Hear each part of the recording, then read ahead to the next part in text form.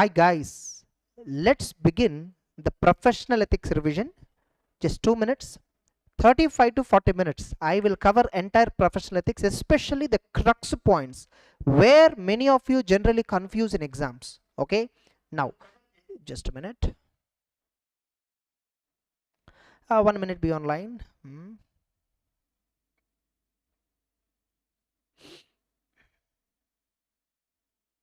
Yeah.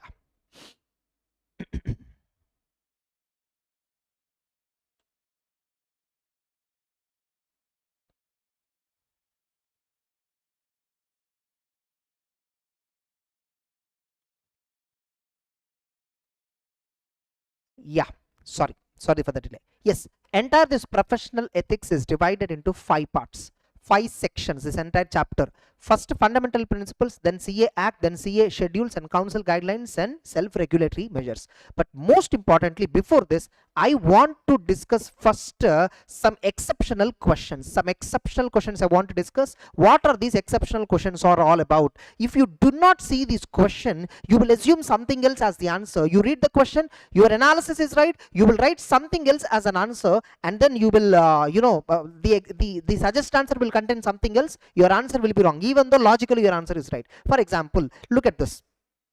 Here there is a CA who is having COP and is also in employment, and recommends a lawyer to his employer, to his company. He recommend a lawyer. Remember, in employment is recommend. So in employment, this means here the question is talking about employment context. If a CA is in employment, if a CA member is in employment, automatically part number 2, schedule number 1, yes or no? So sorry, yeah, part number 2, schedule number 1, part number 2, schedule number 1, and automatically clause number 2, referral fee acceptance. So look at this, okay. What happened is, employer and the lawyer, out of the professional fee received from the company, paid some referral fee to the C. Remember, acceptance of referral fee by a member in practice from another member or from outsiders for referring any client or third party to his client is permitted, no problem about it. But a person who is in employment, he is an agent of the company, it is disqualified. It is treated as guilty of professional misconduct. Here the question is in employment context, therefore he is treated as guilty under clause number 2, part number 2, first schedule. Part number 2 is talking about member in service. Part number 1, sorry, clause number 1 says you should not share emoluments you are getting. Suppose you are in employment, you are getting something from the company as a package, cost to the company, emoluments as a part of the package, that you should not share to somebody. That Clause number 2 says what? When you are referring any third party to the company, you should not charge any commission, referral fee, nothing. I mean, all that. But for practicing CA, it is permitted, no doubt about it. Clause number 3 permits that. Clause number 3, part number 1, schedule number 1, that is talking about practicing CA, accepting fees from others. Okay, so that is permitted. Then you see here, Mr. G, while applying certificate of practice, did not fill columns which solicit information about his engagement in other occupation or business while he was indeed engaged in business. Very careful. Many students, if they see this question, they straight away write clause number 1, part number 1, schedule number 1. A CA in practice is engaged in some other occupation, therefore guilty of professional misconduct. Every one of you will write that the moment you see this question. But no, that's not the answer. Here, when you did not fill information, you did not give information to ICAI when you're filling. So accordingly, clause number 2, part number 3, you are treated as guilty for not supplying information to the ICAI. This answer is given in the book. So in the ICAI illustration, the answer given is clause number 2, part number 3, not giving information to the ICAI. So that answer they gave. Generally, when you see this question, you naturally remember that clause number 11 is the answer. But here it is clause number 2 is the answer. Be careful. That to which part? Part number 3. Generally, immediately what you will tempt when you see this clause number 1, part number 1, you will strongly feel that. And in fact, that is logically correct also. Even if I read this question for the first time, I concluded clause number 11, part number 1. A CA having COP, certificate of practice, it does not disclose about engagement in other business or occupation. It's a guilty of professional misconduct under clause number 11. That's what I felt. But when I see the answer, I was also shocked. How they're linking this question, this particular matter, they're linking with, you are not giving information required by the institute. When you're applying for COP, you need to give some other information about occupations, all that, but you are not giving. That logic they applied, and they have treated the CA as guilty under clause number 2, part number 3, first schedule. No, failure to give information, failure to supply information called for by ICAI committees, all that. Next. So you should be, there is a need to disclose while applying COP, therefore you are held guilty under this clause. And again I'll tell you, also write alternative. Further, as per clause number 11, part number 1, schedule number 1, a CA engaged in other occupation shall also obtain a special permission from the ICAI if at all that activity comes under other special permission categories. So like that you should write. Next. Here what happened is exactly, here in illustration number 31, actually these are exceptional questions, these are exceptional questions. There is a question bank called exceptional question bank in our website. Right now you need not download, you are watching this video, this is more than sufficient. You just get the gist of it and enough. Here there is a practicing CA. He is acting as a representative of the company before tax authorities. Okay, he submitted certain information to the authorities on behalf of the clients which were found to be false and misleading. By the way, in professional ethics, you don't have to read any other provision, you don't have to read any other question. If you practice these questions, that's more than enough. Remaining all other questions, based on the provision you read, based on the clauses, theory you read, no, theory is something you will revise, no, that is sufficient. You will figure out the answer very well. But these questions you can't figure out the answer. Fine. So what is happening? A CA representing company before tax authorities, he gave some information to the authorities on behalf of clients which were found to be false and misleading. So I'm a representative on behalf of some company and I'm giving information to tax authorities where the information is wrong, misleading. The answer says you are not guilty. You are not guilty. Why the answer says you are not guilty? In the given case, you submitted, these statements are based on the data provided by the management of the company. Although the statements are prepared based on incorrect fact, CA had submitted them acting as a representative. When you're acting as an authorized representative and submit false information to the department without your knowledge, especially if you know that this is absolutely misleading, generally we don't involve in those activities. But we don't know. We relied upon the client. We thought the client data is correct and we submitted to the department on behalf of the client acting as an authorized representative. So if that information is misleading, I am not responsible. I am not guilty. Have you seen this answer earlier? If not, just mark it. Careful. Okay. Next. This question number 15 in ICAI book, test your knowledge question. This is, see, I have given illustration numbers also in your ICAI book, corresponding ICAI book. Test your knowledge question. Question number 15 you see. So this is regarding KYC norms. Here the CA was asked to provide details of the companies, okay, where he did some compilation engagement. F no, he refused that. He gave only consultancy. Compilation comes under consultancy activity because it's not an assurance service. So he is not required to keep any information about the company. He said, I don't have to keep any information. That's wrong. Is the CA right? No. In the given case, you gave consultancy, you gave some GST consultancy, you gave some compilation, whatever it is. You have to maintain client data, know your client data. As per ICAI, it is mandatory. So, since you have not maintained the client data, you are treated as straight away guilty of professional misconduct. That's it. Next. This is regarding GEM portal. GEM portal is very simple. It's like a government e-marketplace. If a government has to, generally we know very well, can we register in aggregator platform? We can't. We are not permitted to register ourselves on any aggregator platform like Urban Company, Amazon, Flipkart. Suppose soon, very soon, Amazon is launching services also. Now they are dealing in goods. Suppose tomorrow they are launching services. We are not permitted to register on that. But there is a portal called GEM.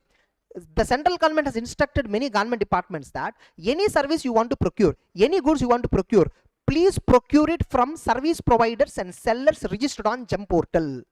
Now, if a government department wants a CA service, they need to look for the CA who is registered on GEM portal. Accordingly, we registered ourselves on the GEM portal. It is just like an empanelment.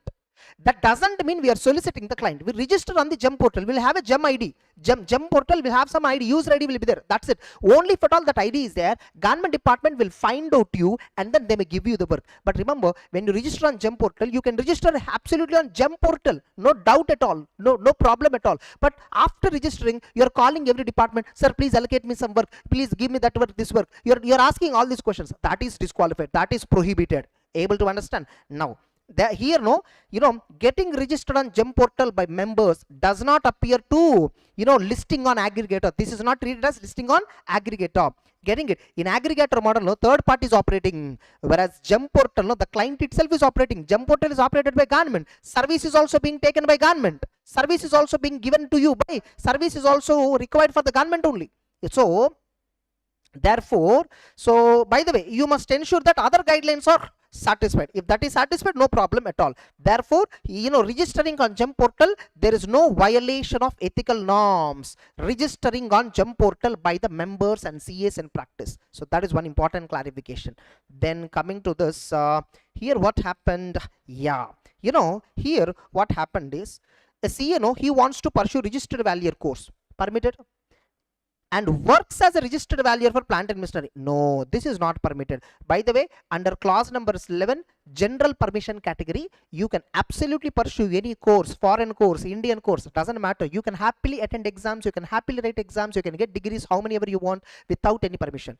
Now, you want to work as a registered valuer, that also you can do, but only for financial assets. Here, you want to do as a registered valuer for plant and machinery. For plant and machinery and property, we are not permitted to do registered valuation. We are not permitted to value because that comes as an additional occupation. Moreover, we are not competent to act as a valuer for plant and machinery and all that. Further, okay, value, registered valuer. So here you see here, and by the way, a CA is also CA in practice and also engineer by qualification. So qualification, pursuing engineering is not an issue. You can pursue engineering course also, not an issue, but working as an engineer, not permitted. Acting as a valuationer for plant and machinery, not permitted. But you can act as a valuationer for financial assets. That's what registered valuer course is all about. That is permitted. So it is not permissible for a chartered accountant in practice to work as an engineer is not permitted. To work as a valuer in plant and machinery is also not permitted. Simultaneously with CA in practice. Simultaneously with the practice, can I act as an engineer? Can I act as a valuer in plant and machinery? Not permitted. That's what the clarification is all about. Next. So this is regarding, very simple. Can a CA in practice, can he do trading in derivative transactions? Absolutely he can do. Remember, derivatives are broadly divided into three categories: equity derivative, forex derivatives, commodity. Equity and forex is permitted. Commodity derivative not permitted. Sir, why it is not permitted? Now it is not the time for discussion. Leave it. Okay. So remember the thumb rule. Equity derivatives. Can a CA in practice do equity derivatives? Yes. Can a CA in practice do forex derivatives? Yes. Without any permission you can do, yeah. You don't have to obtain any permission. Third one, can a CA do commodity derivatives? Not permitted.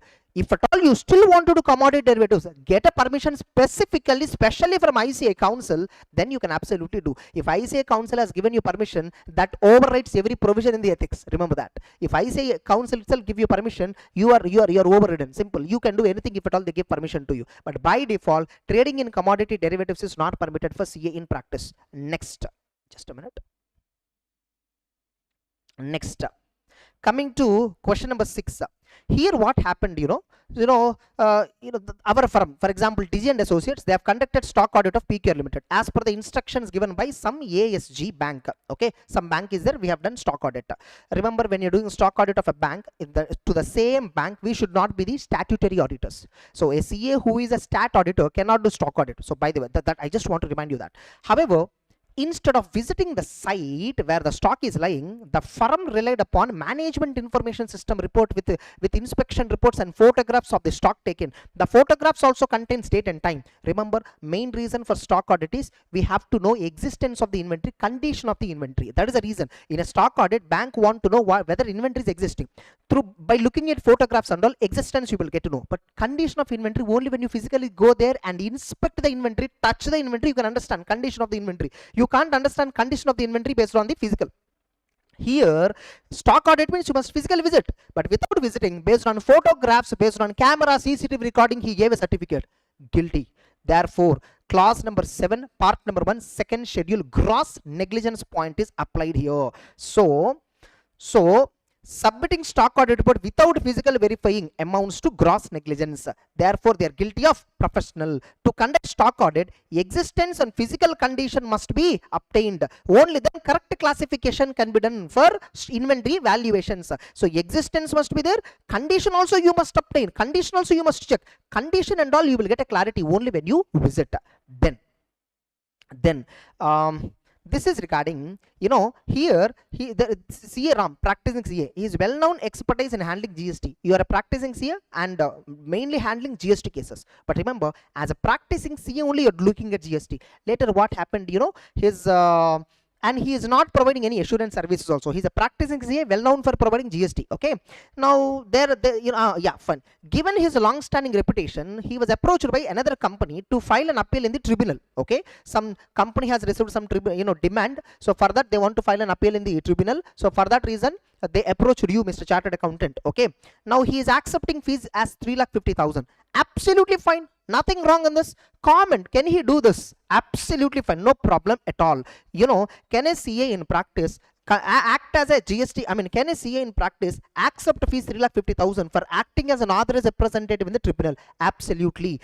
It comes well within the definition of deemed to be in practice. A CA in practice acting as a representative for taxation matters, not in personal capacity but in professional capacity, not as an employee, but in professional capacity as a principal to principal basis. Can I act as a GST representative? Absolutely yes, no problem at all. Therefore, not guilty. So when you see this question, you will generally, when we see this kind of questions, we generally think of something is wrong, something is wrong, something is wrong. Here you see, they just gave a question which is actually confusing.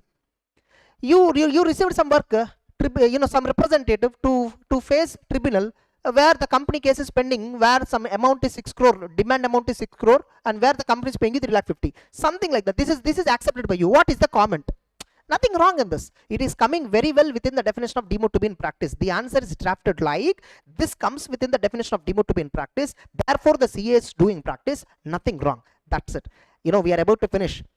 Key confusing questions in ethics I'm finishing right now. You don't have to check any other question in ethics. Now after this I will discuss this ethics related revision. Okay, I will just revise ethics briefly, some 20-30 minutes. With that, ethics will be done. Ethics topic will be done. Next, just those of you who are watching, just message me, just comment in the chat whether you're able to understand correctly, whether you're able to follow it correctly or not.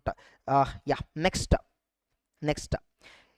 in my question bank there is another category. In my question bank, initially we identified long back itself exceptional questions. So under that, question number 2, what is this question is all about? Fantastic question. What happened? There is a firm called Srishti Misty Associate. Two partners were there, Srishti, Misty. Okay, what happened is CS Srishti, they are organizing religious ceremony. One of the partners is organizing religious ceremony at home. Okay, and she instructed printing agent to add designation chartered accountant with her name in the invitation card. Absolutely, in the invitation card you can have the word chartered accountancy. Nothing wrong, no problem at all. Later on, invitations were distributed to all the relatives, close friends, clients. Absolutely, what's wrong in this? It is permitted. To my clients, relatives and close friends, I can give invitations for religious ceremonies. But both the partners, Srishti, her partner, her relatives, as well as Misty, another partner is there, right? CS Srishti and Misty, they are two partners. Misty relatives, Misty partners, Misty relatives and friends also she invited. That is wrong. You see here, Council of ICAI, okay, for greeting cards, invitations, they can only be sent, like Council of ICAI says, you can send, but only to clients, relatives, close friends of the members concerned.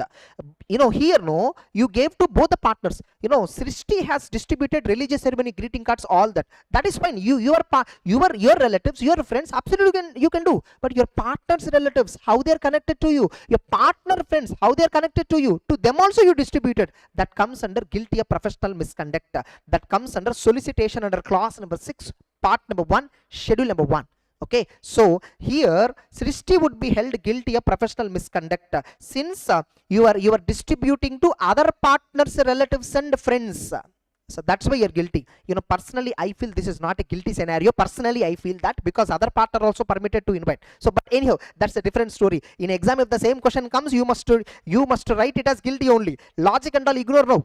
Tomorrow exam, day after tomorrow exam, just this magic only. Okay, you should write this. Many students, if at all you have not observed this point, there is a high possibility that you will be thinking it is correct answer. Remember, you can't send greeting cards to your partners, friends, partners, relatives. They are not your relatives and partners. My own relatives and partners I can absolutely send, no problem at all. Next. Then this is regarding a special notice point. Fine. Here there is a CA. He's an auditor for a company, and the company decided to change the auditor. So because some shareholder have given special notice to the company, like, we don't want this existing auditor, so the special notice is given to me. I am the existing auditor. Okay, and I saw the special notice where they are not telling me, where they're telling that I should not be reappointed. For that, no, I gave a written representation. 140 subsection 4. This entire discussion comes under 140 subsection 4. This discussion is there in clause number 9, part number 1, schedule number 1 discussion. In CA, ICAI study material, you will find this discussion in clause number 9, part number 1, schedule number 1. So, I received a special notice. In return, no, I gave a written representation. What representation I gave? I can tell in the representation that this is what incident happened, all that. But here, what the CA told, in the representation, he is telling what are the contributions made by him in the company. Like he strengthened controls, he strengthened control procedures in the company. Like I'm telling to all the shareholders, see, I contributed so much to the company, I strengthened internal controls and all. Like that, he's telling to all the shareholders in the written representation. So therefore, you are treated as guilty. You can give written representation whenever you receive a special notice for your removal. You can give written representations regarding allegations made in the special notice. Okay, some allegation is that you can give a reply on the allegation, but you can't solicit, you can't do any advertisement like what contribution you did, all that. So it is treated as guilty. That's it. Next. Then this one, this is regarding a turnover certificate. Okay, turnover certificate. CA, they have started practice turnover certificate for some traders. Okay, to be forwarded to bank. Brother of CA, there was proprietor. Oh, there is a trading firm. Inside that, proprietor is my brother only. Ayyo, clause number 4. Part number 1, second schedule. A CA is deemed to be guilty if at all he is expressing opinion on statements of any enterprise where his firm himself or firm or partner has substantial interest. Sir, relative not covered. No, wait. Council guidelines were there. Further, it is not permissible for a member to undertake wherein the relative is a member. Relative means what? Accounting standard 18 definition you should apply. In the professional ethics, the word relative is not defined in the ICAI Act. Their accounting standard 18 relative definition you should take. According to that, brother is a relative. So to a brother organization, I gave a certificate, stock certificate, financial statements, opinion, that and all doesn't matter. I am treated as guilty of professional misconduct under clause number 1, part number 1, schedule number 1. Sorry, schedule number 2. That's it. Easy. Next. There is an exam question in previous year, May 2018. Inside that. Yeah, of course, Akshata, substantial interest. Of course, if at all substantial interest is there, that's what, obviously. Yeah, next. Here, no, look at this question number 7. Very different. You know what happened? Here the CA opened M and Co. They're having a practicing with an office in some very busy city. Some city they're having an office. They opened. Okay, at a distance of 26 kilometers from the main office. They opened a facilitation center. Okay, some industrial cluster is there, industrial area is there, which is 26 kilometers. They opened another office. The proprietor himself managed both the office as well as facilitation. Both, nothing but facilitation. See, whether you call it as a facilitation center, go down, branch, visitors office, you mention any name, something. This is a branch. Simply speaking, it's a branch. The branch and the main office, both are managed by same proprietor. Yeah, nothing wrong. Within 50 kilometers only. That too, 50 kilometers is from municipal limits. Forget about main office. Within 50 kilometers from municipal limits, it's permitted. Within 26 kilometers, it is just 26 kilometers. Nothing wrong in this. Yes or no? But the problem is, no intimation was made to institute regarding this facilitation center. There is a provision. Whenever you are opening any branch office, whether it is within 50 kilometers or after 50 kilometers, it doesn't matter.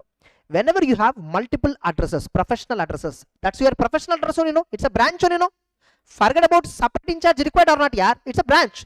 When you have multiple professional addresses, all the professional addresses information must be given to the institute. Yes or no? Here, you did not give the facilitation center, even though it is within 50 kilometers, it is permitted. No need to have a separate in charge. Everything is fine. But you did not inform to the ICA that you have a facilitation center. Therefore, you are treated as guilty of professional misconduct. That's it. So, you are treated as guilty of professional misconduct because prescribed information should be sent to the institute, which is not there, which you didn't do. Though the distance is within 50 kilometers, you will be liable for misconduct as prescribed information that you are supposed to send, you did not send. That's it. Next. Few more questions. Next. Here, Mr. Dice, he's a practicing CA, was ordered to surrender COP. Okay. and he was suspended for 1 year on professional misconduct. During the period of suspension, he designated himself as GST consultant. Oh, all these years you are practicing as a CA. Now upon suspension, since you can't practice, you are renaming yourself as a GST consultant, and now you are providing GST consultancy services. Absolutely wrong. Absolutely wrong. Getting it? Suppose you are a CA in practice, you are also GST consultant separately in personal capacity. For example, both of that you are doing from day one, very day one itself. Institute also you intimated that I am GST consultation is separate from my practice. If that and all is that, that's a different scenario. But after suspending COP, now you are opening with a different name. That is not permitted. Clause number 7, not permitted. Yes or no? So fine. Anyhow, no need to have any clause also. Section number 7, a CA cannot have a different capacity other than practicing CA. So here very simple, in the given case, Dice was practicing CA, he was ordered to surrender certificate, and he is doing GST filing works and appeared as a consultant before various authorities, which not in the capacity of CA, but as an authorized representative, as a GST consultant. That and all doesn't matter. You are treated as guilty of professional misconduct. You are treated as guilty of professional misconduct because you are taking up GST consultant role after COP got suspended, which means since all these days COP is there, you are practicing happily. Okay, you are providing all GST. Now in the name of CA, now since COP is cancelled, now you are renaming yourself as a GST consultant. That is not permitted. Once you are a member of the institute, you are forever. Yes or no, you are bound by the regulations. You can't change your identity and do practice. That's it. Next. This is regarding yeah, very, very important. CA Sant, CA Pant. Okay. CA Sant is a newly qualified. Here what happened story I'll tell you. This was asked in May 2019 exam. What happened is there is a CA called Pant, practicing CA. There is another CA called Sant. Okay, P and S. Who is S? The audit, Mr. Sant, he approached Pant, the auditor of the father's company. So I just recently qualified as a CA. My father company is there, right? To that auditor is there. Since I recently completed CA, I want to have some practical exposure. So my father's auditor is there, right? He permitted me. So I went to his office every day. What happened, you see? CA Pantano allowed him to sit in office for 6 months and allotted small chamber. Okay. And in the course of his association of Pant office, he used to provide consultancy independent to the clients of the firm and also filed IT GST return represented before tax authorities on behalf of the firm. Although no documents. Remember, Pant how great he is. He is allowing me to use his firm name. I am providing independently tax services, tax return services, authorized representative, consultancy, so many services in the name of the Pant. Okay, he allowed me, even though I'm temporarily associating. Okay, fine. Now he finally gave me 3 lakhs rupees, some stipend kind of he gave me. Examine the case. Guilty. Which guilty? Directly clause number 1, part number 1, first schedule. Sir, what is clause number 1, part number 1, first schedule? A CA in practice is treated as guilty of professional misconduct if he allow another person to use his name. We are not permitted to use our name. Our name means what? Either my name or firm name, whatever it is. I am not permitted to allow somebody else unless the other person is also a CA in practice and registered with my firm as a partner or as an employee. Here, Santno, he did not register as a partner of Pant. He did not register as an employee of the Pant, but he's using Pant name. He's using Pant firm name, all that he's using. Clause number 1 violated by Pant. Why did you allow somebody to use your name? Because he's not your partner. He's not your employee. You're allowing somebody to use your name. You're professional. You're treated as guilty of professional misconduct. See, tell me, if at all you have never seen this question, how will you know this? So 99% you will write a wrong answer when you read this question. So look at this. Pant will be guilty. Why? He allowed CA Sant to practice in his name, who is neither a partner nor an employee. Simple. That's it. So this is clause number 1, part number 1, schedule number 1. You tell me all these questions, whatever I'm reading, you're able to understand now why they're exceptional questions, they're different. If you have never seen this question, there is a high probability that you will give some other answer. There's a high probability you will conclude something else and give some other answer. And next, this is regarding peer review certificate. Clause number 9, part number 1, second schedule. This is regarding clause number 9, part number 1, second schedule.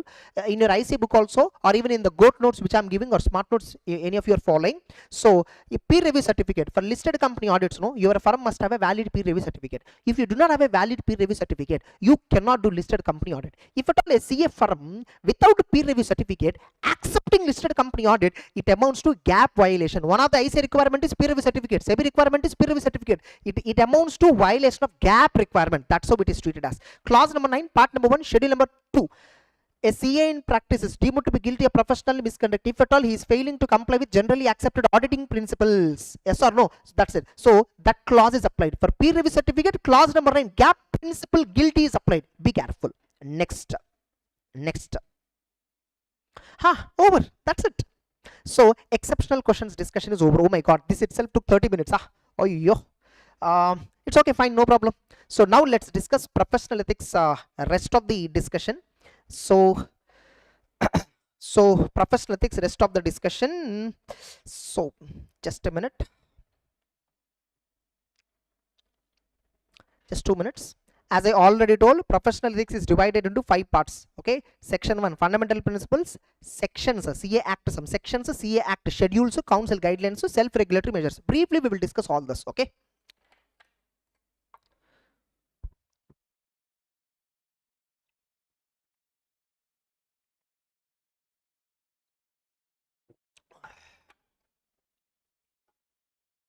Yes, in this session, right now, whatever I'm going to continue, I will briefly discuss crux of every provision.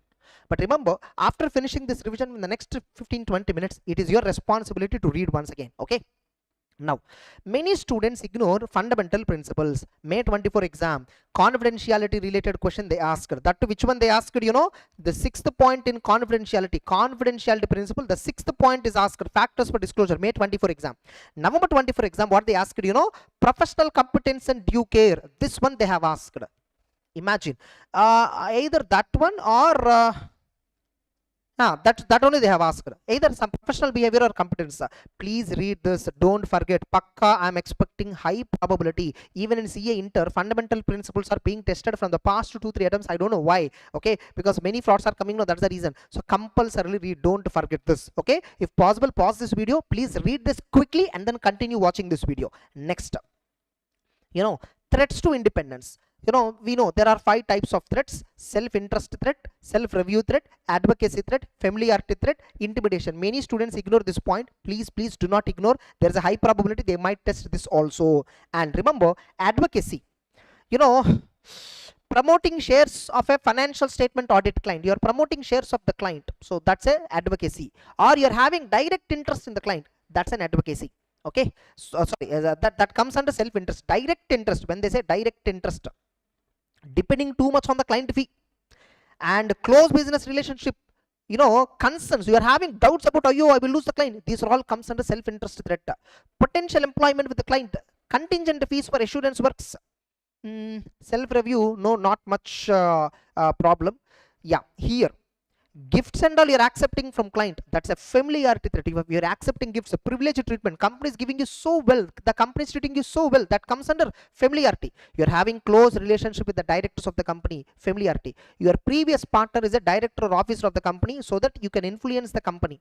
Yes, intimidation, you are threatened with dismissal, you are threatened with litigation, you are pressured to reduce the work, reduce the fees also. Planned promotion will not occur. The client is blackmailing you that we will not give you so and so work, all that. So next, so whenever you are finding any threats, first identify, is it within acceptable low level or not. What is acceptable level? Where a reasonable and informed third party, a third party thinks that your fundamental principles and ethics are not compromised. So if a third party thinks like that, you can consider that as an acceptable level. So what is a reasonable and third party test? Another party will read the same conclusion like how you feel. Okay, so he has all facts and circumstances knowledge, and he need not be accountant, but has a knowledge and experience to evaluate chartered accountants competence, ethics, compliance, all that. Then addressing the threat. So whenever you find a threat, first evaluate the threat. You see, in exam they might ask you, write about evaluation of threats.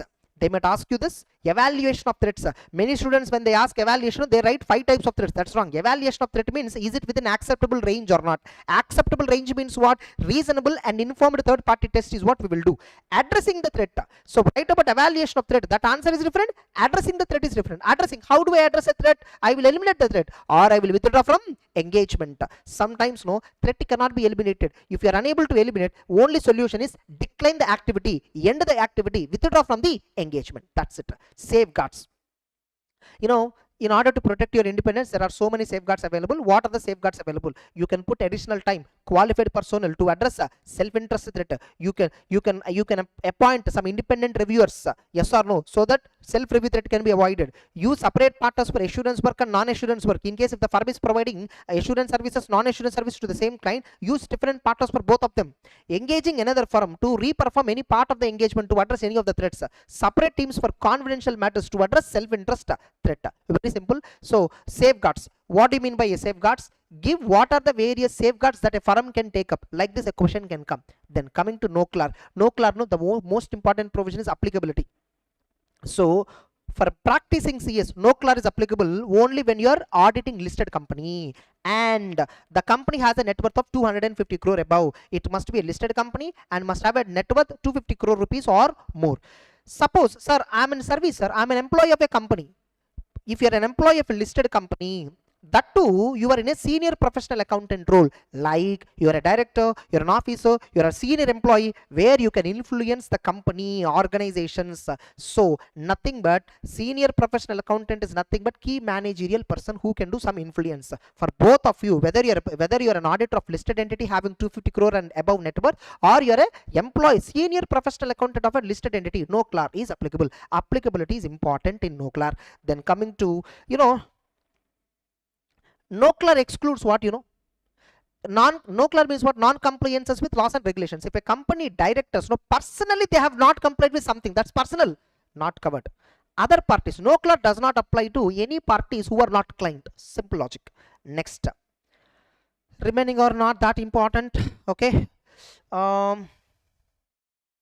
So that's it. NOCLAR related only applicability is most important. Membership. We know very well. Disqualifications. Disqualifications means what? Not attained the age of 21 years. You are a CA is unsound mind. He is undischarged insolvent, or you are discharged as insolvent and you have not obtained any certificate that you are innocent. Like your insolvency was caused by misfortune. Unfortunately, your insolvency caused, not intentionally. Like that, if a court gives certificate, no problem, you can still apply for membership. But court did not give the certificate, you are discharged as an insolvent. You are disqualified to apply for membership. Remember, disqualifications are section 8. There is another question called removal of membership. There is another question called removal. Here itself we will find removal. Section 20. Removal is different. Disqualification means what? You can't apply for membership. Removal means what? You are already a member, but ICAI is removing you from the register. Now, so disqualification or conviction.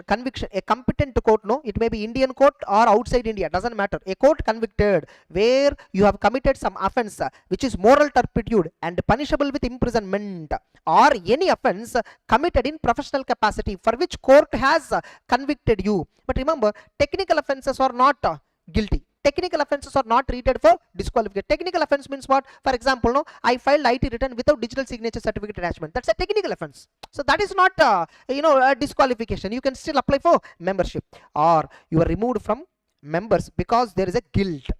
A member is removed from the membership register because of guilt. He can't apply once again for membership during that removal period. Remember, in the recent number 24 exams, this disciplinary procedure is asked as a question, direct question. Many students, they don't even touch that question. Why number 24 paper was tough? Is it because the questions are tough? No. Many questions are coming from C category, which many students don't study, which many students don't pay attention. Then, removal. When a member name will be removed, a member who is dead, his name will be removed. A member, he himself requested, please remove my name. A member fails to pay prescribed fee. He did not pay annual fee, or he is subject to some disability. Disqualification attracted under section 8. Then also his name will be removed, or an order has been passed for removing the member. So that time also his name will be removed. Restoration. A member whose name is removed, he can happily apply for restoration. Without any problem, he can apply for restoration. So restoration, for example, your name is removed because you didn't pay membership fee and you applied for restoration within same financial year. By 31st March itself you applied application for restoration and the removal date is also in the same financial year. Then restoration will be retrospectively from removal date, no break in service. Suppose you are removed in a disciplinary action. Restoration of membership will be from the effective date which is mentioned in the disciplinary order. In either case, restoration will be from the date of application. That's it. Then Suppose no, you're not a member. A person is there who is not a member, but he's claiming he's not a member, but claims to be a member. First time penalty 1,000 rupees, subsequent penalty up to 5,000. And a member no, who don't have COP but says that he is in practice. A member without COP but says that he is in practice. First time penalty 1,000, subsequently up to 5,000. That's it. Then who is a CA in practice? That and all is not a big deal. Everything is common, very simple. And MCOS services. Can a CA in practice provide management consultancy services? Absolutely no problem at all. You are in practice. You can also provide consultancy other services without any permission of the ICAI. No problem at all. You can happily provide. A CA in practice or allowed to provide full range of consultancy services. But remember, consultancy does not include stat audit, tax audit, advising on tax matters, acting as liquidator, and these services are deemed to be practicing CA services. These services we are treated as practicing CA. So statutory audit, tax representation services, advisors on tax matters, acting as liquidator, receiver, stat audit, all these are deemed to be in practice. These are all practicing services. They are not consultancy services. By the way, remember, you are a COP, you are a CA with COP. You can happily provide consultancy services. The question will come for what, sir, there is a company, sir, they appointed me as an auditor. To the same company, can I provide consultancy services? Absolutely, no problem. One checkpoint, 144. If at all the company is asking you to provide some service which comes under 144, sir, I'm an auditor of the company. Company is asking me to provide one service, sir, which comes under 144, that you don't provide. Sir, the company is asking me to provide some other service, sir, that do not come under 144. Absolutely, you can provide. They might come under MCOS, no problem at all. For that, no, you have some limit. What is the limit? Fees limit is there. Fees for other services shall be less than or equal to fees for stat audit. So some limit and all is there. Next. Then yeah, I think that and all is easy. So this is also quite easy. Maintenance of branch office, another important provision. Very simple. Whenever you're opening a branch, ICAI says one rule, that branch must have another CA full time. That CA, either he must be a partner or he must be a paid assistant, full-time paid assistant, employee, nothing but. Sir, I want to open a branch in some other city, sir. Can I open a CA, a CA in practice, a firm, can they open a branch in another city? Absolutely yes, no problem at all. But that branch must have a full-time CA, exclusive, new, separate in charge must be there, who must also be a chartered accountant. Either he must be a partner of your firm or he must be employee of your firm as per the records of the institute. Only then that provision is, that branch is valid branch. However, separate in charge, who should be a CA, not required if the branch is in the same premises. Ground floor my office, first floor also I took one premises on rent. I don't require separate in charge. Same city, no separate in charge. Branches within 50 kilometers from municipality limits of the city, no need of separate in charge. But remember, even though there is a branch separately, even though in charge is not required, but the branch information I must submit to ICAI. Just at the beginning itself, in exceptional questions I covered that point also. Next, whenever multiple offices are there, it is your responsibility to inform to the institute. That's it. Yeah, I think everything is clear. Everything is clearly explained. That's it. So with this, branch provisions is completely done. In the recent November 24 exam, this disciplinary procedure has been asked. There is a website called Direct Disciplinary ICAI. There is a website called Disciplinary ICAI. As per the Disciplinary ICAI, if at all somebody has to complain on you, they can file a complaint on you. When they file a complaint on you, there is a person called Disciplinary Director. Prima facie, he will see whether you are guilty or not guilty. They will see. Getting it? Suppose if at all it comes under first schedule, he will place the matter before Board of Discipline. Suppose the second schedule, disciplinary committee. First schedule, Board of Discipline. Second schedule, disciplinary committee. Who will receive the complaint? Disciplinary director receives the complaint. So there are three designations: disciplinary director, Board of Discipline, directorate committee. Discipline director is the one who will receive the complaint and forward in case of first schedule to Board of Discipline, forward in case of second schedule complaint to disciplinary directorate. Next. Now, so Board of Discipline, they will look into the matter. They will conduct the inquiry. If at all, member is found guilty, they will warn. Reprimand means warn the member, remove his name up to 3 months, and up to 1 lakh rupee worth of penalty they can put. Suppose it's a disciplinary committee, second schedule related offences, they will do further inquiry. If they found guilty, they can warn the member, they can remove the member for any duration. There is no limit of 3 months. They can levy penalty up to 5 lakhs. Oh my god. Okay, suppose upon further inquiry, there is no guilty they found, they will close the matter. They will close the matter. Further, suppose board of discipline, disciplinary committee, they have they gave some order, and the member was treated as guilty. Order was passed. The member have an option to appeal. So there is an appeal call. Any member or director discipline, getting it, because director discipline is the one who actually received the complaint. A member or director, if at all they want, if at all they feel the order given by board of discipline, the order given by disciplinary committee is not correct, if they feel like that, getting it, they can prefer appeal. They can prefer appeal within 90 days to appellate authority. Now what appellate authority can do? They can completely set aside the order, or they can enhance, increase the penalty or reduce the penalty, or they may once again ask the board of disciplinary committee for reconsideration, or they can pass some other order, whatever they feel. So appellate authority can do anything, literally. They can do literally anything. They can completely strike off the punishment, or they can increase the punishment, they can set aside the order, or they will ask board of disciplinary committee once again to conduct the inquiry. That's it. That's it. So then we are now having schedules to the CA Act. For this I will be using diagram. This chart I'm using. Okay, so first schedule, we all know first schedule, part number 1, this is applicable for professional misconduct in relation to practice. Clause number 1, you are allowing any person to practice in your name.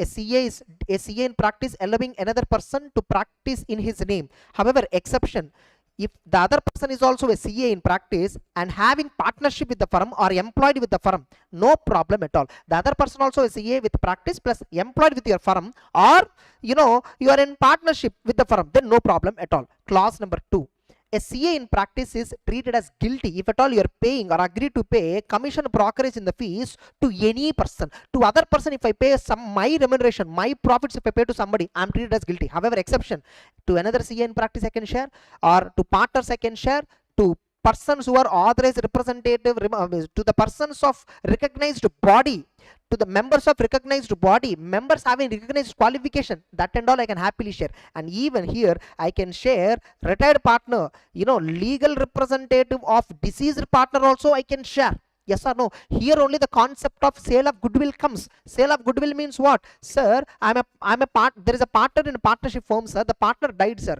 Legal sorry. Sale of goodwill is for proprietors. Be careful. Coming to partnership firm and proprietor, both we will discuss. In a partnership firm, one partner died, and his legal representatives were there, right? They are getting share of profit from the firm. No problem at all. Nothing, no guilty. The firm is still can pay share of profit in the firm to the legal representatives of the deceased partner. However, in a sole proprietary firm, suppose there is a sole proprietor firm, the proprietor died. The firm can be sold to some other CA in practice within 1 year. The family members have to apply to intimate to the ICAI about the member's death.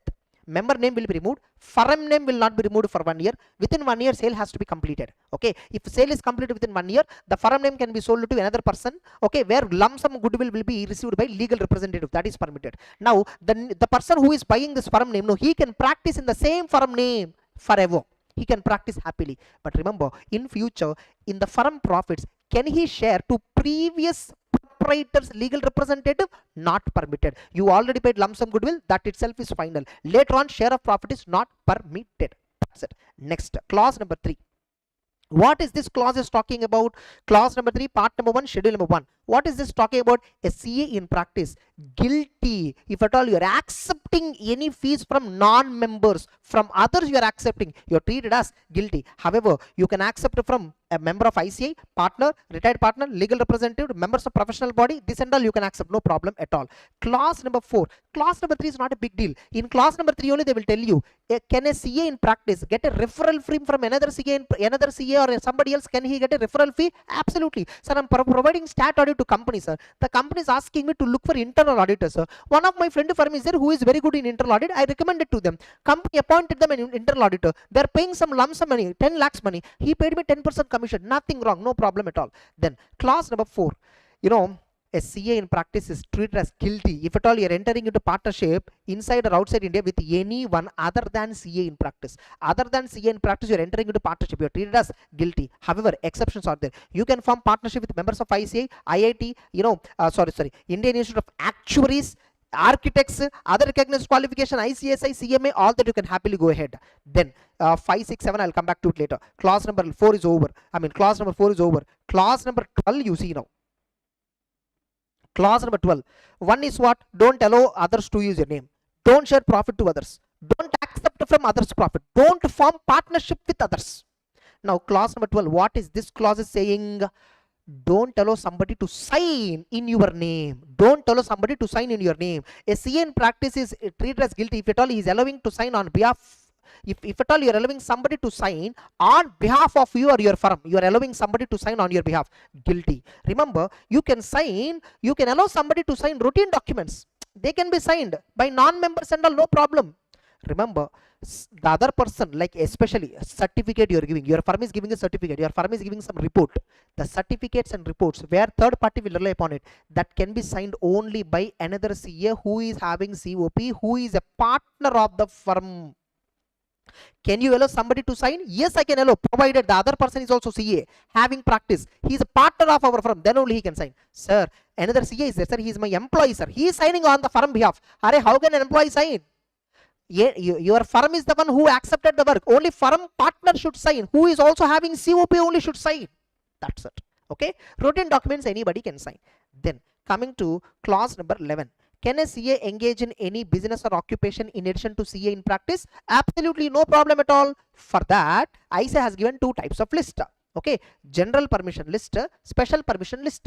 In general permission, they listed out certain activities. Okay, as per those activities, you can happily do those activities without any permission of the ICAI. But special permission, they have given some activities where permission is required. Remember, general permissions is exhaustive. Exhaustive means what? Only for them, you don't have to obtain permission. One of the exemption, equity derivatives, currency derivatives, general permission, no problem at all. Commodity derivatives, special permission is required. Just at the beginning, exceptional questions, we saw this point. Yeah, fine. So general permission, exhaustive. Okay, like I thought of finishing it within 30-40 minutes, but it is taking time. But it's okay. I hope you're able to grasp the content. Though I'm discussing little speed, I hope you're able to recollect everything. Okay, so general permission is an exhaustive list. Special permission is a illustrative, only few examples. You know, suppose I want to do some activity. This is not covered in general permission. Yes, you must obtain permission, no doubt about it. Sir, in special permission list it is not covered. Doesn't matter. It is not covered in general permission list. That's it. Now, so that's exhaustive. In general permission, what are all covered? You can happily be a valuation or examiner, you know, for any exam, not necessarily CA exam. You can be a private tutor, less than 25 hours in a week. Okay, you can do agriculture activity, no problem at all. You can do agriculture activity. You can pursue any foreign courses, no problem at all. Special permission, one crux point is there. By the way, in general permission, can a CA be a simple director in a company? Yes, a director simpliciter. You can be a director simpliciter in any company. General permission, no permission is required. Sir, I want to be a whole-time director. I want to be a managing director. Special permission is required. Can a CA in practice have ownership in a sole proprietary concern? Not practice, some other business organization is there. Can I be a sole proprietor there? Can I be a partner inside that? Or can I be a member of a HUF? In a proprietary, in a some business organization, our HUF is having some business. Inside that I'm a member. Should I require permission? Yes. Sir, I'm not participating in the business, sir. Doesn't matter. You need permission. For having ownership, remember, for having ownership in a business concern, it may be a partnership firm, it may be sole proprietor, it may be a HUF. It doesn't matter. AOP doesn't matter. You are just having ownership. You are not actively participating. Even then you require permission. Sir, I want to actively participate. Get permission and actively participate in that business. No problem at all. For having ownership itself also you require permission. Provided Institute General will give permission. That too, here ownership you have, right? You got it by succession. You got it by inheritance. You got it by will. Getting it? Inheritance or succession. Through that you got ownership in a sole proprietary concern. Through inheritance you got ownership in a partnership firm or HUF or AOP. There you can be a owner. Where you got it by inheritance succession. Provided you can have ownership like that. Provided institute permission is required. Sir, can I be a owner of shares in some company, listed companies there, sir? I'm investing in shares, sir. For that also is a permission required? For that no permission is required. Whereas in partnership firm, proprietary concern, HUF, you are having ownership, compulsorily permission is required. Whether you are Here ownership you are getting through inheritance, all that and all doesn't. You should prove the institute, sir, dear ICAI, I have not actively involved in any business activity here, I just got ownership because of inheritance, succession, all that, kindly permit me. You need to get permission from the ICAI. That's it about clause number 11. Then clause number 10, can a CA accept fees as a percentage of profit? Absolutely not. No. Contingently, can you fix a fees? No, not at all permitted. However, there are exceptions. You can charge fees as a percentage of profit or contingent basis. Liquidator, receiver or liquidator, where you are appointed in professional capacity, not in personal capacity, not in employment basis. Remember that. Or auditor of a corporate society, you can charge fees as a percentage of profit. Valuationer for direct and indirect taxes, you can charge fees as a percentage of profit.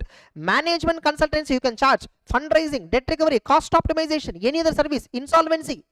Non-assurance service to non-audit clients. Suppose there is one practical question on this in ICAI illustrations or test knowledge, where the one client has received ITAT, income tax related some order they have received, where they have to pay 10 crore. I think in the recent exam also they asked, number 24 exam they asked this question, or maybe in the May 24 it was asked. 10 crore demand notice they got. They approached one CA in practice, sir, please, we will file a case again in the tribunal, sir, against the Commissioner of Income Tax Appeals. Okay, so if at all we win the case, or if at all tax demand is reduced, out of the demand reduced, some 3% or 5% or 10% will pay you fees. This fellow is not an auditor for the company. He is not providing any assurance services to the company. This fellow is right now accepting this representation service only. He can absolutely do so, because you are providing non-assurance service to non-audit client. He is not my audit client, and I am going to deal with his case in the tribunal, where if I reduce the demand, client will pay me some percentage of the demand reduction. Permitted, no problem at all. Next. So that's about clause number 10. Then clause number 9.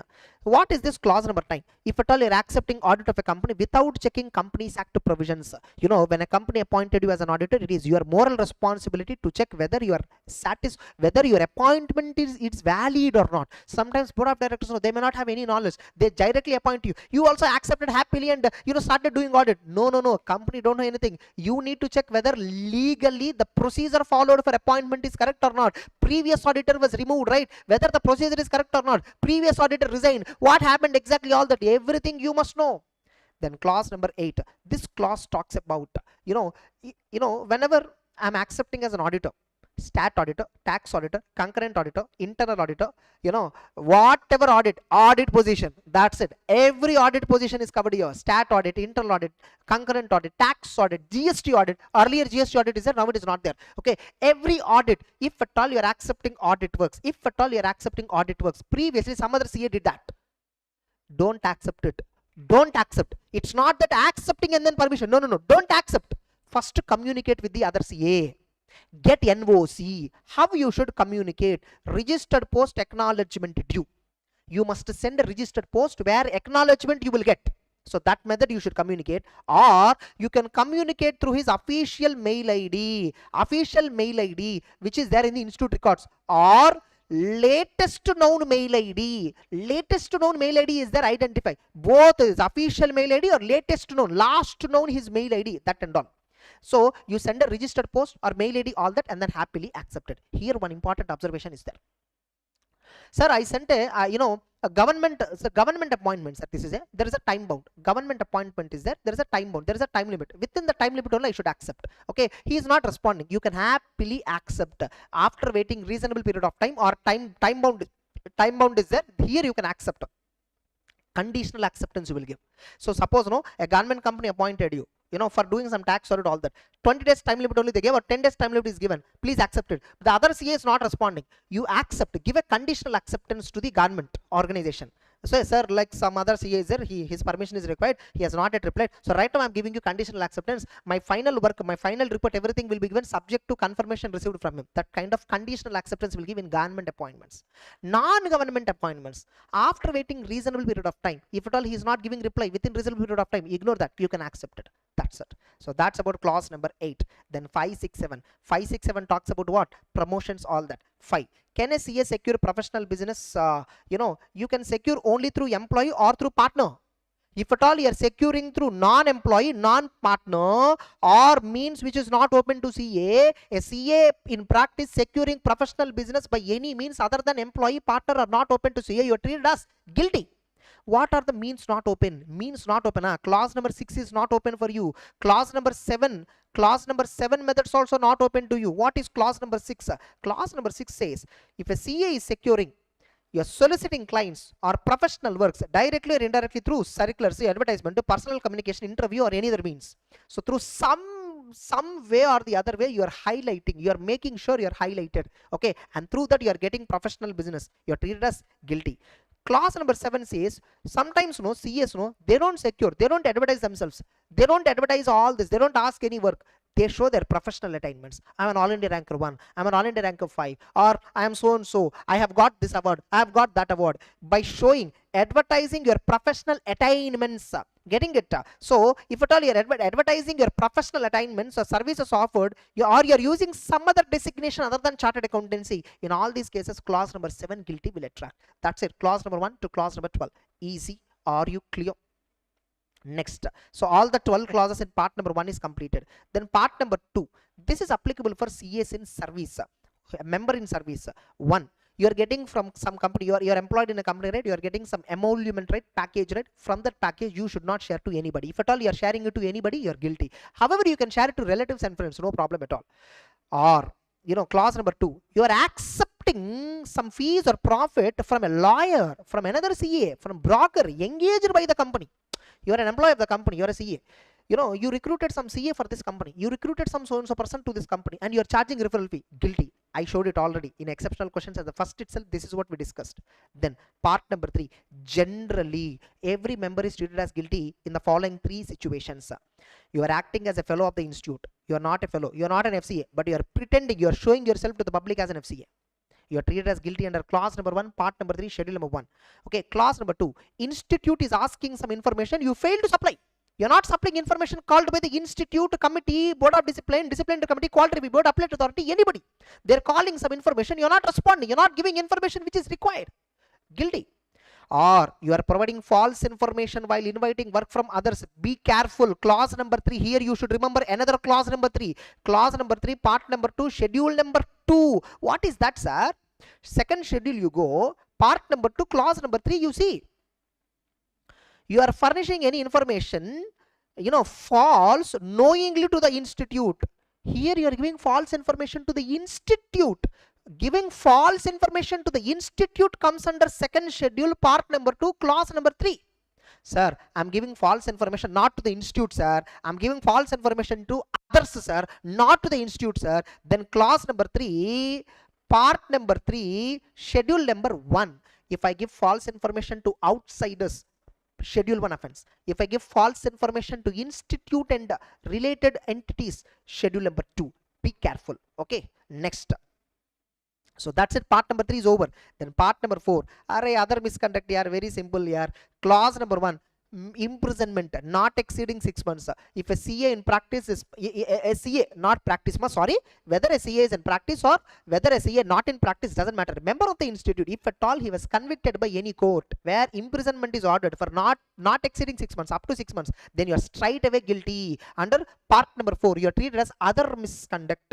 Further, if at all a CA is acting in such a way where profession name is being the CA activities are bringing disrepute to the profession, he is also treated as guilty under clause number 2, which is also coming under part number 4, other misconduct. By the way, this chart, if at all any of you are looking for, you can happily download it. Go to our websites, rest of our CA, CM, CA and CMA. Just click here, free resources, go to CA final. Here P3 charts are there. So professional ethics chart is there, Caro chart is also there.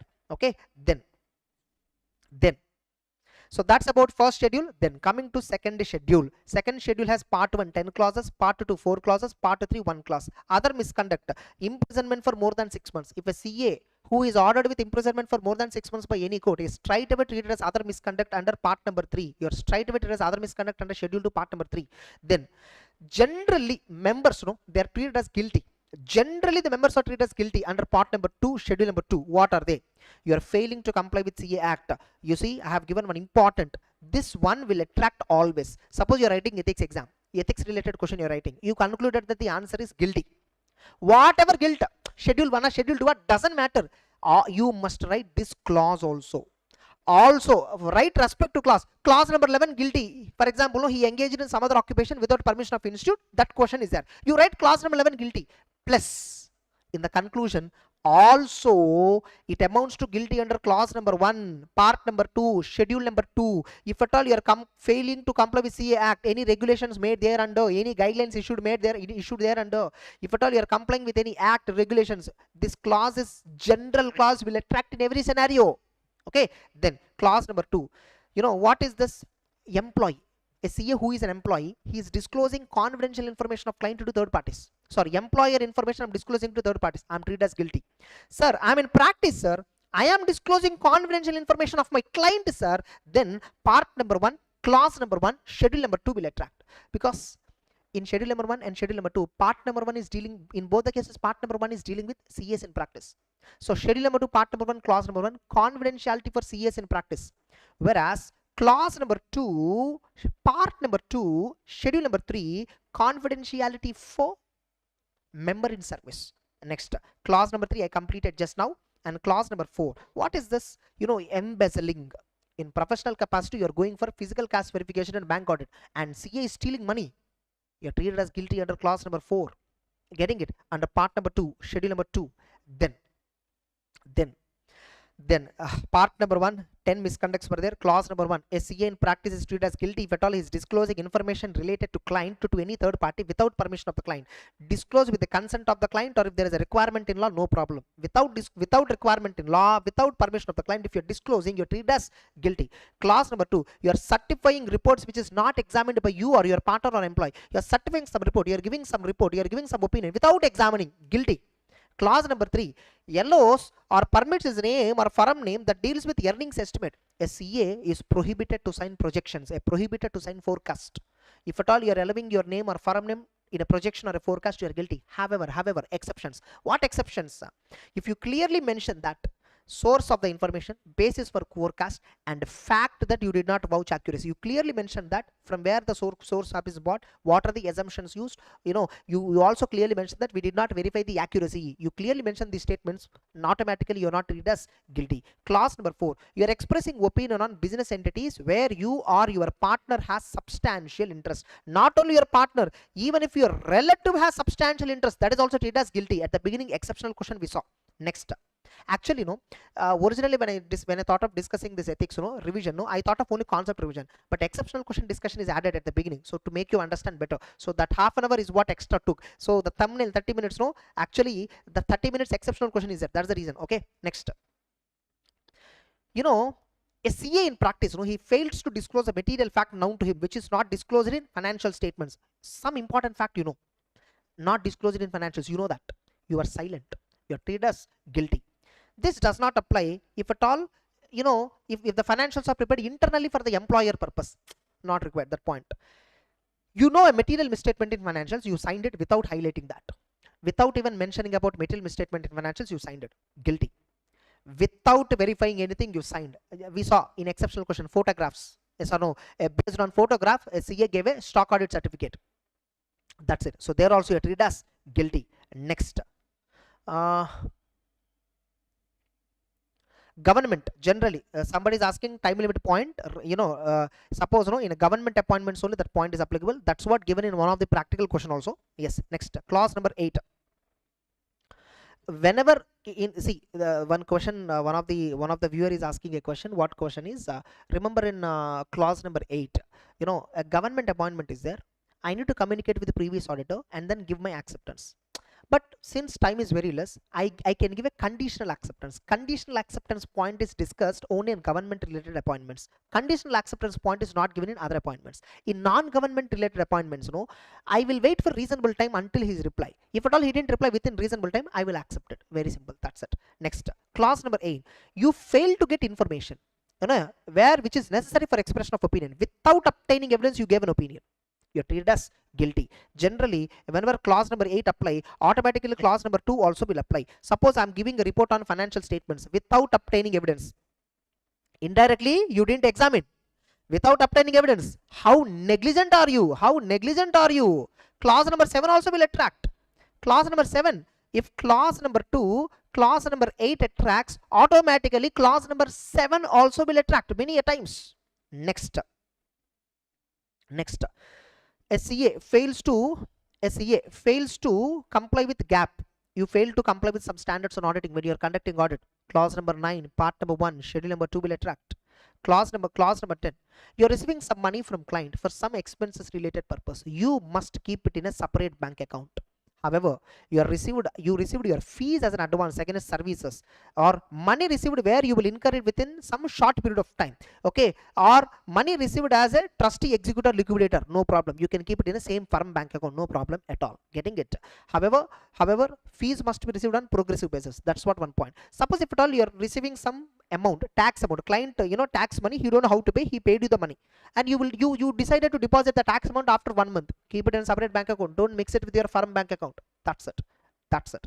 So with this entire second schedule and first schedule is completely done. Okay, so yeah, so that's it. Entire this discussion is done. Then what else you are having? So I discussed CA Act sections mainly, fundamental principles briefly I covered, schedules I covered. In council guidelines, tax audit related guidelines and stat audit related guidelines I will be covering. Tax audits 60 per financial year, please remember 60 per financial year. So right now financial year is 24-25. For example, for May 25 exams, institute generally ask 24-25 financial year. So 1st April 2024 to 31st March 2025, how many digital signatures I can have? It's very simple. How many tax audit reports I can sign? 60 tax audit reports. They may be belonging to same assessment year, they may be belonging to some other assessment year, doesn't matter. 60 tax audits only you can find. But when you're counting the 60, audits conducted under 44 AE, audits conducted under 44 ADA, presumptive taxation related audits, they will not be counted. That is 60. Further, the 60, it is counted per partner in practice. Now suppose if a firm is having 10 partners, 60 is equal to 600. All 600 reports can be signed by one partner itself, no problem. Distribution can be no problem. Between the partners in any way distribution can be done, provided these fellows are not signing in some other firm, some other. Okay, that's it. Next, statutory audits under companies. How many company audits? 30 company audits only CA can sign. Exceptions, 1% company and dormant company. Only 1% company, dormant company is excluded. 1% company, dormant company, any you can sign. Okay, but remaining all other companies put together only 30. Immediately you might get it out. Sir, Companies Act ceiling limit is 20 companies. No, here 30. No, which one we should follow? Both you should satisfy. Both you should satisfy. For more detailed explanation on this, I request you to visit my marathon. Just a minute. Here there is a playlist available. Actually, you just open my playlist. Okay, day before exams, final audit, you will find that playlist. Inside that I already added my part 1 CA final advanced auditing marathon. Inside that ethics related council guidelines discussion is there. Please watch that. So inside that I covered little detailed all that. That's it. So with this major gist in the ethics briefly covered to you, now it is your turn to revise it. Okay, and the next revision I will start tomorrow morning. So tomorrow morning I will do the next revision. So today ethics revision I have commonly done. Yes, Akshata, I told you commodity derivatives is guilty. A CA in practice is not permitted to do in commodity derivatives. It is treated as guilty. Of course, if ICAI gives special permission, no problem. But without permission, if you are trading in commodity derivatives, it is guilty. However, without permission, currency derivatives, equity derivatives, you can do that. That's it. Okay, I hope you thoroughly enjoyed this session. Okay, wait for the next session tomorrow. Tomorrow, what I'll be discussing is, by the way, right now I will show you one important thing. Okay, wait.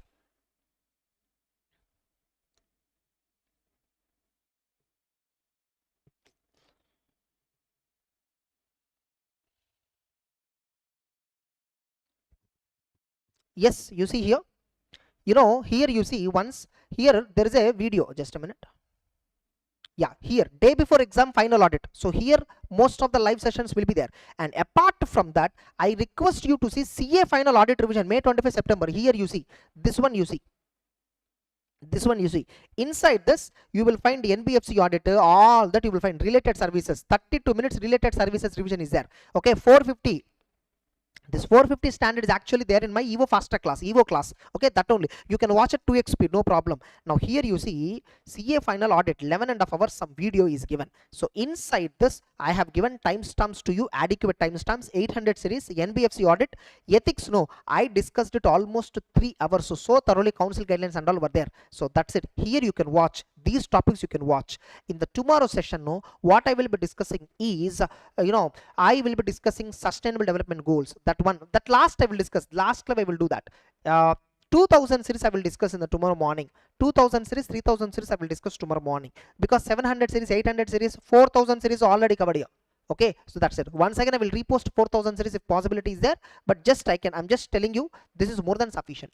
That's it. Okay, take care. All the very best. Go ahead.